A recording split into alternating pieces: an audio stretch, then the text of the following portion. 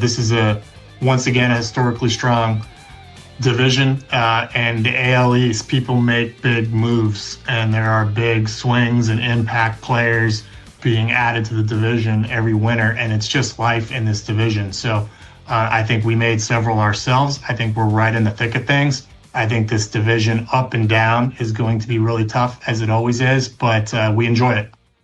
So that was Mike Elias talking about the AL East and their expectations. And if you care about these things, the Orioles are playing the Atlanta Braves. Spring training baseball. Trail 2-0 in the fourth inning. Keegan Aiken gave up a couple runs. Kate Povich 2 shutout innings. Alas, expectations. And what do we expect from this Orioles team? And how much pressure are they under? And what would we constitute a successful season? Well, Jason Stark, who covers MLB for The Athletic, he did everybody's favorite, the unnamed executives and former execs and all of these. So it was 36 guys, and the Orioles came in fourth under the team's front offices, managers under the most pressure. And make no mistake about it, the O's absolutely have a lot of pressure on them coming off an extremely disappointing year. And you can go back to 2022, where they had all these come-from-behind wins. They were ahead of schedule, didn't make the playoffs, but finished with a winning record. And that was when Mike Elias gave the liftoff quote.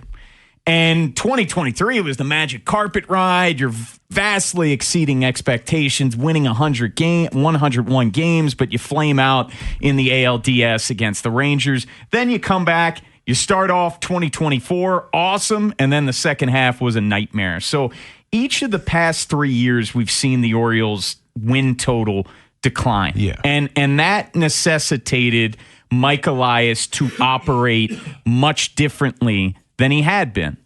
And he did. The Orioles spent a ton of money this offseason, $213.5 million. Only the Phillies, Blue Jays, Mets, and Dodgers spent more. You gave out the big deal to Pete Alonso. This rotation is much, much better.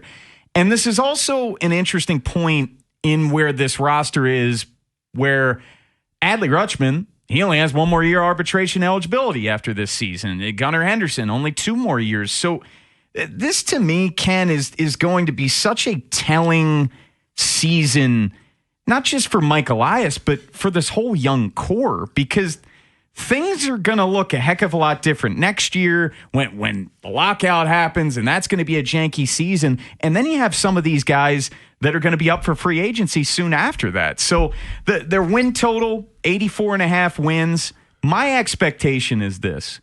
If they don't make the playoffs and if they don't win the wild card round, that's a big disappointment for me. Yeah, I think bare minimum is postseason. And then beyond that, remember, as you just alluded to, they have not yet, not even a series. They haven't won a playoff game. They've hardly had leads in the playoffs with this group. And they're going to show us this season whether last year was a bump in the road or a trend. And does it start going again that way early? I don't think it will. But sure, it could happen, and obviously the injury concerns early this season. We'll see. Sorry, got a little frog in my throat.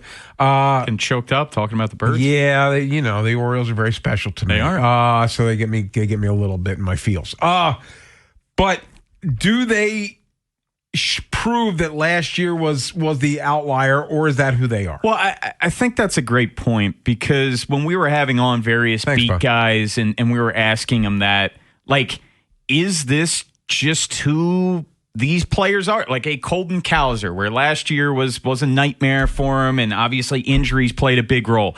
Adley Rutschman, it's been a year and a half where he just hasn't been the same guy. Like, is that who those guys are, or are they going to buck the trend this year? And that's going to go an extremely long way in determining where this team finishes. Yeah, I think, you know what, it's funny, and I'm just going to talk out loud here. We do bounce back, fall back, and I don't mean to do it in the way we usually do it, but at some point, I think in the next couple of weeks, we should talk about these guys. Like Adley Rutschman, does he bounce back Or is this who he is? Jordan Westberg. Is it bounce? Jackson Holland? Because that is going to be a lot or a big part of whether this story goes to the postseason or it ends premature. Maybe it's not premature. Maybe it's who they are. But I think this young core, who is not as young as they used to be, if they don't show again what we thought they were, then maybe they don't get to where we thought they'd be in the first place. Well, and does that cause for even more drastic measures from Mike Elias and maybe somewhat blowing up this core that we thought that they had? And you saw a tiny bit with that this offseason, trading away Grayson Rodriguez. That was different for Mike. Yes. He hasn't traded a guy that had that level of, where he was as a prospect, where Grayson Rodriguez was at one point the highest rated starting pitching prospect in all of baseball. And you traded that guy, and that could burn them. But do you see more of those moves if these guys prove to not be who we thought they were? Yeah, I thought he did three things this offseason that he hasn't done before. One was the Grayson Rodriguez trade, where they traded a guy that they usually hang on to these guys, and that signaled to me that they think his arm is shot, and he could prove them wrong. Sure. And they have not had a good read on injuries sometimes.